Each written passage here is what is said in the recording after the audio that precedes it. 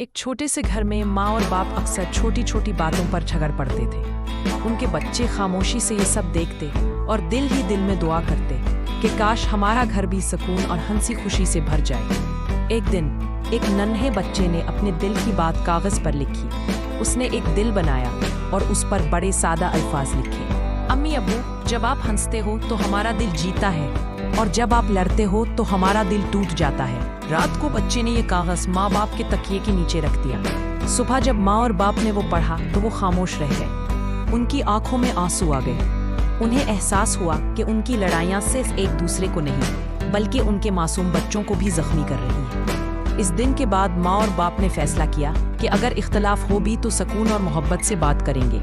और यूं इस छोटे से पैगाम ने पूरे घर को बदल दिया। अब इस घर में लड़ाई नहीं होती, सिर्फ मोहब्बत, सुकून और हंसी गूंजती है।